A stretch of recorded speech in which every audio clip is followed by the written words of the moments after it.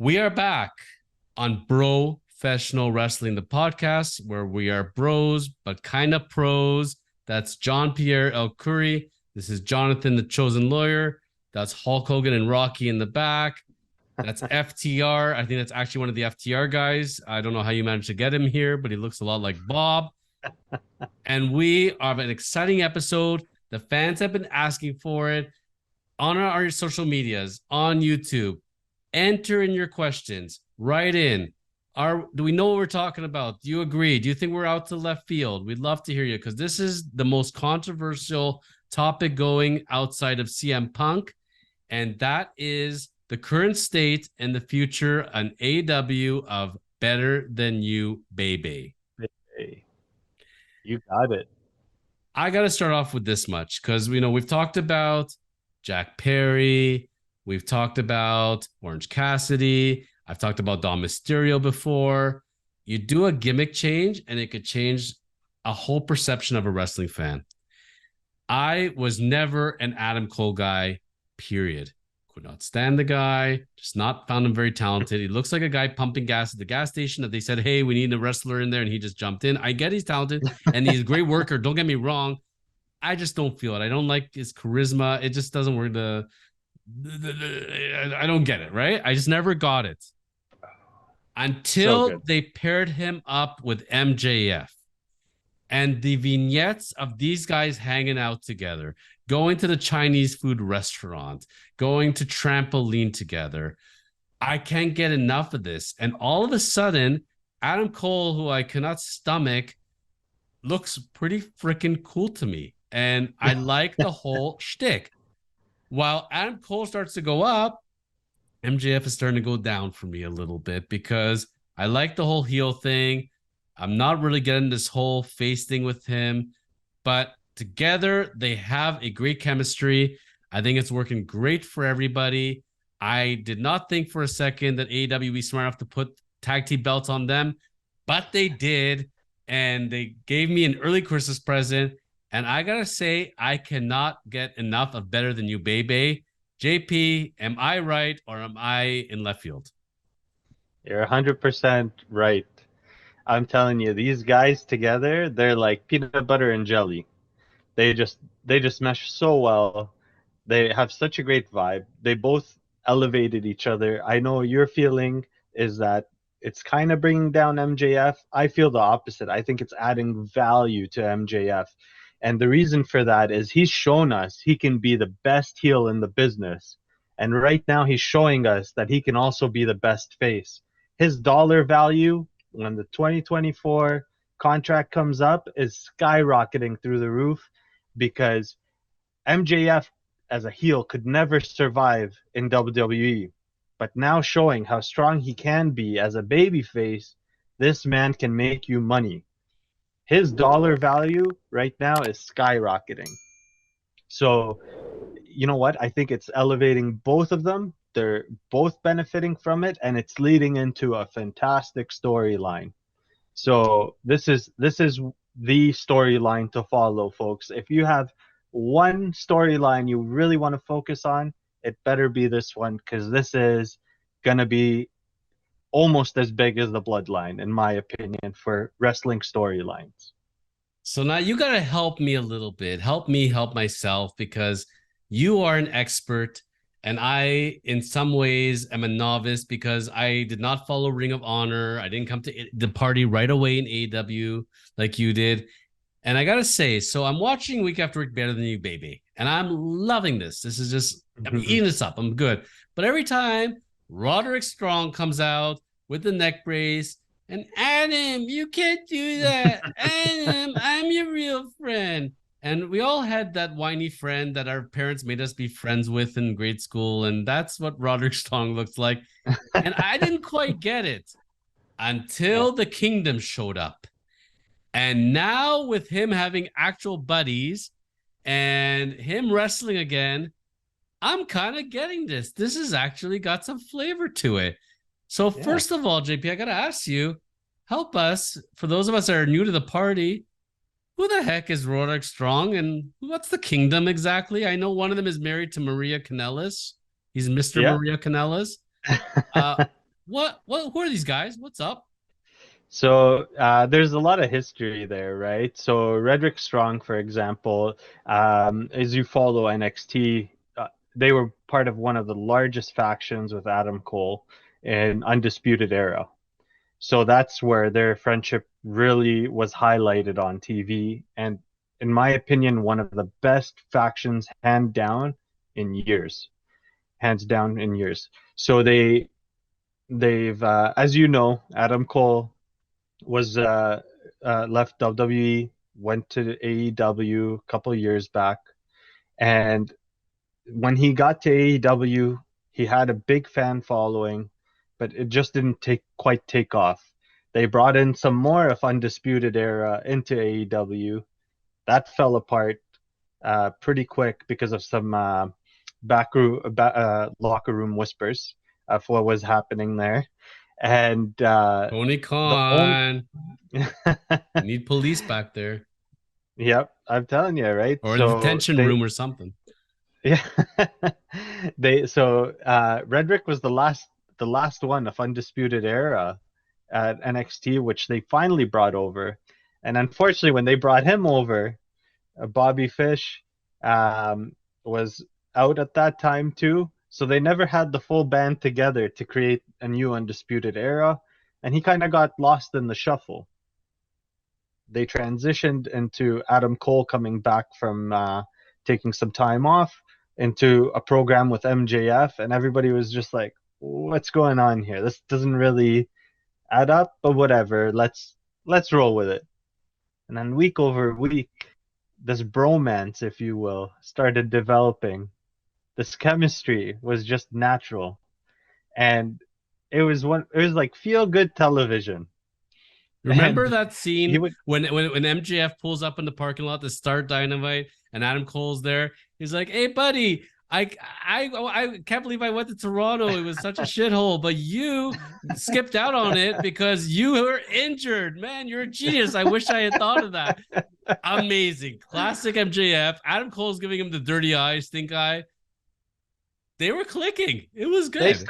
they started firing, right? They Yeah, got it yeah, going, and yeah. then within time, the little vignettes, the little backroom talk, the little Instagram stories, a little bit here and there, and then it just built into one of the most beautiful things on TV in a while. I really enjoyed the storyline. They're like, they really made so many viewers invested in it. So And they had two matches. I mean, the first match, the draw, the Iron Man draw thing that Adam Cole was about to win five and more then minutes. ran out of time and all that. And then you think about that match and you're like, it was a great match, but we weren't that invested in it. They were main eventing the biggest wrestling event of all time. 81,000 fans in the UK. I don't know if you heard that or not because they mentioned it a couple of times at least every minute. Yeah. Oh But yeah. biggest event of all time. But let's I give them did credit. too. But you know what? They headlined it, and we were all dying for it because they started the event having them win the Ring of Honor championships, the tag team belts, and that made the Glorious. main event that much sweeter. Kudos to them. They were able to hype it up and still rescued it because they kept it going. Bravo, because I did So well not want done. it to end. I was so worried, JP, that they were not going to win the tag team belts. There's going to be a double cross and that they were going to break them up, but they're selling way too much merch. The fans love it. It's awesome. Yeah. And most importantly, they're showing each other great sportsmanship, right? So that's really important to MJF in recent weeks. So they're doing such a great job with that, and they've been kind of really drawing you in. And that one, I was sure the double cross was gonna come at some point, especially after winning the tag team titles. I'm like, this is too good to be true. You've got one of the dirtiest players in the game since Ric Flair retired, maybe the dirtiest player in the game, right? In MJF versus Adam Cole. Someone's gonna turn on somebody, or someone's gonna do something underhanded to get the win. But no, they had the chance to, backstab each other. They had all the opportunities they could ever want, and in that, they just wanted a clean match. And even though there was a draw, they restarted the match. MJF offered to restart the match, and they kept going. And what a show! Like that is one I would have loved to be there live for, because the crowd was electric. The signs in the crowd were amazing. The chants were great. Everything was wonderful. You know that was probably some of the best professional wrestling I've ever seen. JP, mark your calendar, August 2024. We can just head off to the UK. It's that easy. What are the odds now that this is all a play and we're going to see the Adam Cole Roderick Strong match for sure. That's coming. That should be fun to watch. But what are the odds that Roderick and the Kingdom are actually going to cheat a la Judgment Day style? And Adam Cole really was working MJF the whole time, and Adam Cole becomes the new champion and becomes a heel. What are the chances of that happening? Can you see it? I can. And I think it'll be glorious because you're going to see such a meaner, nastier MJF, because this is someone MJF's always had that wall. Doesn't let you in type of thing. And he did for Cole. And when that day comes, and I hope it's not right away, but maybe in 6 months to a year, I think this thing would have fizzled out in that time frame, and I can totally see it. I could also see the Kingdom challenging MJF and Cole for the ROH belts, turning that into a program, because they Absolutely. are a tag team that could totally work on that front. Roderick Strong is trying to put himself into the championship uh, page, so that could totally happen. The double cross will eventually come, as all good things in wrestling always have to come to an end. And it's going to be a sad day. It'll be a sad day in wrestling history when that happens, in my opinion, because they better milk this thing for all that it's worth, because it is gold, baby. It really, really is. And if you're going to break it up and you're going to do it, the way to do this, I know Adam Cole will not do this, but if Adam Cole was a little cooler, you bring in MJF's ex fiance from real life, bring her through the crowd. She comes there, talks to MJF during the match, near the end, says, I miss you, I miss you.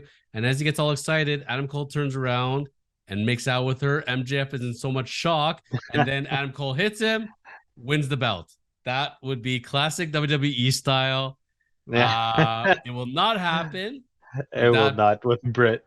not a chance in heck that Adam Cole's going to do With that, because she is way above his pay grade and he will not jeopardize that at all. uh, no, Britt Baker is not one to take lightly, man. I think that storyline, as great as it is, it would be a little far fetched to see it. But I can tell you that when this double cross happens, you're gonna see the meanest MJF ever, and and it's gonna be a sight to see. I think his dollar value. I think it's gonna happen towards the end of his contract With Adam at Cole AEW. as the leader, the new leader of the kingdom, and having him as now having in the man bun and being badass Adam Cole, Hmm. I think that's gonna be a lot of fun as well. I think they could do a lot of things with this, and this will only help the Kingdom guys because Lord, they do need help. Because I They I, I, do. can't, I can't even begin to suggest Roderick Strong to make out with MJF's ex fiance, because Roderick is just such a weenie. It's just not gonna happen. That's a character they made for him, and you know what? He plays it really well. I gotta say. He does.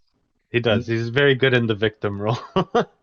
Now, where I finally saw the light on MJF a little bit, because I do Hmm. admit that I think that for all the popularity, and Mason Rush agrees with this, my protege wrestler, that we talk about this all the time, that as Adam Cole's going up, MJF feels for us going down a little bit. But the Samoa Joe program and having them face off on the mic, Samoa Joe is doing MJF a lot of favors. That's a credible Oh opponent. yeah, Samoa can go with the best of them on the mic, and I think he made MJF look real good out there. he did. Part of me was thinking when they got into it on All Out, where MJF got choked by Samoa Joe. I wonder, part of me, if they were showing us a little bit of what happened between Jack Perry and CM Punk in the back locker room. Because reportedly, Jack Perry got choked out. So I'm wondering if they were kind of giving the audience a little peek of what was happening. Because I found it a little strange that he would go towards that hold right away. I don't know. That was just my thoughts, but I'm really digging the. Oh, sorry. Go ahead. No, I was gonna say as well, and remember Jack Perry in one of his promos hinted about the glass thing. Yeah, They know exactly. Right. they slide in little So things for sure. I think there was a little more to it there, But I love the way Joe came out, gave him that shove, and then he just smirked. It was just like, I'm Joe. I could do whatever you want. I don't care that you're the champ. Like, I'm the man around here. And I think that's going to be a great feud. I think I'm a huge fan for Joe, one of the hardest workers out there, and I think I think this one will be a really really solid match, and it'll be nice to see MJF paired up with someone a little bigger than him too, to kind of showcase, because MJF, man, his physique is hit a new level all of a sudden, right? He's not He looks quite great, there yet, but he still looks but great. He looks oh great. yeah, Yeah, yeah. he looks he's like totally filled out, and he's I think it'll be good to kind of showcase that he's been goofy with the kangaroo kicks, he's goofy with Adam Cole, which we Double love the kangaroo clothesline. slap, which is the best, like the most basic tag team move is their finisher, which is incredible, right? But it'll be nice to show that he can still, throw someone like Joe around. Like, that'll put a lot of credibility under his belt. I don't think Joe will take the belt from him, but Joe will sell it as, I'm the big guy around here. But Joe already has a belt, by the way. He's the Ring of Honor television champion, facing off Yes, against the Ring of Honor tag team champion and the Triple B. Everybody gets a belt. You get a belt, you get a belt, and you get a belt. I love it. Now, this combination now, everything comes full circle again, right? Yeah, Think about this, because no Samoa Joe, there's no Adam Cole. They all kind of now have this whole association now with MJF coming together. But think how much WWE messed up. Adam Cole, huge. Adam Cole, they wanted to turn him into a manager for Limitless Keith Lee. Remember that? Yeah, And they had another nickname for him, which I can't think off the top of my head. It was awful. Bearcat, The bear. or something. Yeah, it was Keith Lee. If you get a chance to listen to the Jericho podcast with Keith Lee, man, it was hilarious when Keith Lee starts talking about it. But But think about it. Adam Adam Cole was Cole, supposed to be his manager. That's what they uh, saw him. And Adam Cole's like, screw this. He main yeah, evented the biggest wrestling event of all time. 81,000 people. I don't know if I mentioned that before, by the way. And he should have been a manager for the Bearcats. Come yeah, on. and he's Adam Cole to me was like his HBK quality, in my opinion. Agreed. Agreed. I It's and there. he even looked it, right? Like he's got the HBK look of HBK it. would be disagreeing with you on that one, but Yeah. Well, not today's HBK. I'm talking the 90s. Right? But he Adam Cole was amazing. Loved him in NXT. He was the reason I would watch NXT week in, week out. I loved Undisputed Era. And and I knew the talent that he had, and then just seeing him towards the end, just kind of like they really dropped the ball on him, and I felt so bad just because he couldn't build the momentum in AEW. But now to see him really shining, it's just so gratifying as a fan of his. I actually now that we're saying this stuff, I want Karrion Kross to please leave WWE and come to AEW because they are wasting away his talents and his vignettes and Scarlet. And I would love to see Karrion Kross in AEW. That's all I got to say on that. And the other guy that's in part of this now connection with MJF, Samoa Joe, if it wasn't WWE, would be an announcer at best. He was sitting at ringside. He was not wrestling anymore. Yep. WWE at some point has to be watching these things and saying, because in a pay-per-view, I'm very happy to pay-per-view to see the main event, Samoa Joe versus MJF. I think it's gonna be a fantastic match. It's gonna be all out, and these are guys that they wouldn't have the time of day for. It's kind of Nope. embarrassing. It's kind of embarrassing. Swerve Strickland, you throw the guy out and gets to his garbage. You bring back Top Dollar, and you're like, can't bring back Swerve. Yeah. And I bet you Swerve said, screw you guys. I don't want to do this anyways. But they see him now and they're like, man, he'd be a good worker for them. You know what? More than Viking Raiders. Well, like I mean, you look at a lot of the guys there, like you know, Brian Danielson. What a missed opportunity on that guy. He's still going with the best of them. He's a leader. He's so wrestling smart. Like he's got such a high IQ for this stuff. And how can you just let someone like that go? Like they have so many big misses. So, you know what? I'm happy. I'm so happy that there's the alternative of AEW. I like both.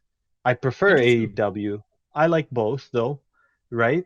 And I appreciate everything Vinnie Mac's done for the business, but just I appreciate sorry, I like AEW a lot more for the level of athletic ability and storyline depth.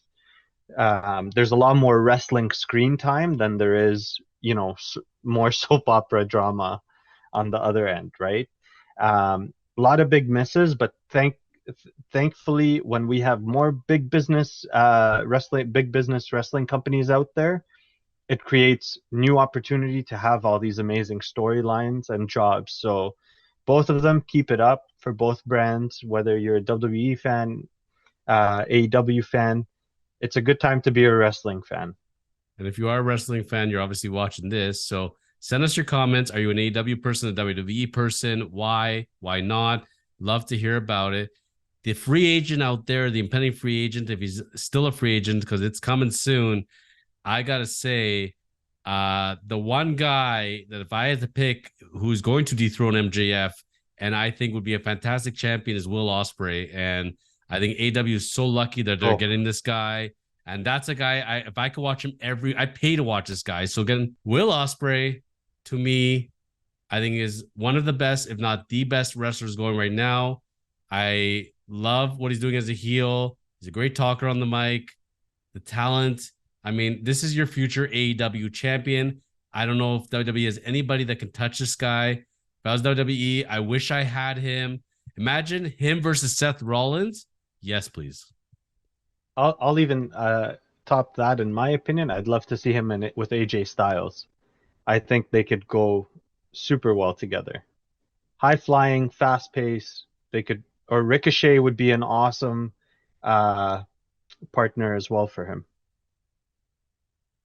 We're Why not is in that face? we're not in Cirque du Soleil. Okay, We're not in Cirque du Soleil. No, I'm I joking. love it. He's good. Are He's you, good. Ricochet is good. You know what? I'm glad he's got his little pushes and stuff. Dating the ring announcer Samantha, good move. I think it's good for his career because where she goes, because they cannot lose her. She's got a set of pipes on her. Can you imagine Gunther versus Will Ospreay? I could. That would You, be that would be great for someone like me because I'd have a reason to be excited for a Gunther match. So it would be, I don't know how you can't be, especially when you're in you the know, when you are live. When I was at SummerSlam in Detroit, and Kaiser comes out and he says, "Ladies and yeah. gentlemen, it's the best. Your ring get around." It's Kaiser. The whole mystique of it. It's amazing, and he's still the guy who's going to take Roman Reigns or should take Roman Reigns. But that's where it comes down to. I love Will Ospreay. I love the kind of energy he's bringing. And that's where we've been centering on AEW because I have a little confession to make. I actually look forward most to turning on to Dynamite every week. I love the storylines. I love the things going. It's far more interesting to me than Raw or SmackDown. I'm way more invested in the people. I'm taking this really seriously, and having CM Punk fired and having Jack Perry suspended only adds to that mystique to me. And I think AEW is doing a really, really good job. As long as you don't let Kenny Omega and the Young Bucks run the place and keep them under control. I think Tony Khan's doing a great job. I'm gonna give full credit to Tony. Tony's doing really well. Yay, Tony. Fully agree. And one note that I will make is the huge reason why I love AEW so much. The commentary is fantastic. It never feels dry. It never feels boring. When they got, Taz on or whoever it may be, it's always so good. So I really appreciate that. I find Raw commentary so boring, man. It's kind of You don't hard to like Wade stay. Barrett? I like Wade Barrett. Really? It's Michael No, I'm Cole. not. I know everybody likes Michael Cole, Yeah, but I like Wade Barrett actually. I like them. I I like it better than Tattoo Face. I can't. What's his name off the top of my head? I don't know, man. You know what, man? I've been watching a lot of the matches. Sometimes I'll even turn down the commentary. I find it so distracting instead of kind of drawing me in. Like the days of JR and King, when they would just talk, it could be it could be a mop coming down the ring, and JR would make you think like it's the greatest thing ever, you know? Not everyone's gonna have that talent, but it made it so interesting, man. It's so good. They really need to invest. The king and cancellation society do not work well together Yeah. because go back and watch any king. Every second word out of his mouth is puppies. Okay, kittens Yeah. and puppies. That's all he was obsessed with, and it was not Bob Barker style about getting your pet spayed or neutered. King I was will agree with you on that. But he had a lot of zingers, man. He had a lot of zingers, and the way they played off each other was amazing. Not that's a very rare uh thing to find, such a vibe. But I think that's where WWE really needs to invest hard is step up their commentary because I find it so dry. I love Excalibur. I Me love too. Taz. I agree 1,000%. I like Tony Schiavone. I like Tony Schiavone. I have no Me issues too. with Tony Schiavone. I think it's great. Not gonna dispute you there. You know what? The commentary is a little more, and they bring on the guest, but they bring on good guest commentators. Like they bring in Chris Jericho. You bring in Don Callis. Fantastic. That's fun to watch. WWE, they bring in guys that it's part of the storyline, but it's not interesting. They don't add anything to the commentary. So I'll agree. So I have a final question for you as we wrap up today's Do episode. it. It is Christmas dinner at JPL Curry's house. And JP says, honey, I need you to make one extra room at the dinner table. We're going to have a guest joining us. JP, you can have either Vince McMahon, Triple H, or Tony Khan join you for Christmas dinner. Who do you choose and why? I'll end this off with a bang. It's definitely gonna be Tony Khan. 100%. I'm a hugger. He's a hugger. It's gonna be great. He seems like a really cool guy, really chill guy. And I think he would probably hire us in an instant. You saw that South Park with him and MJF? I did. I saw that. Honestly, I really like Tony, man. He seems like a good, genuine guy. He reminds me a lot of Vince in the sense of Vince really loved being one of the guys. I don't know if he's like that anymore, but Vince really liked to feel part of the action, not just sitting on the sidelines like he does now and kind of just calls it. He used to be one of the boys in the back, and anybody knew all the top guys. They were all like, so tight with Vinnie Mac. Tony Khan's like that, in my opinion. I'll tell you He's this someone I'd like to meet. tell you this much. The planet Vince McMahon is on has not been discovered yet. He's so far in Pluto or wherever he is. I think Vince would be a real ass, and I just think that it would not be fun to hang out with him on any level No, whatsoever.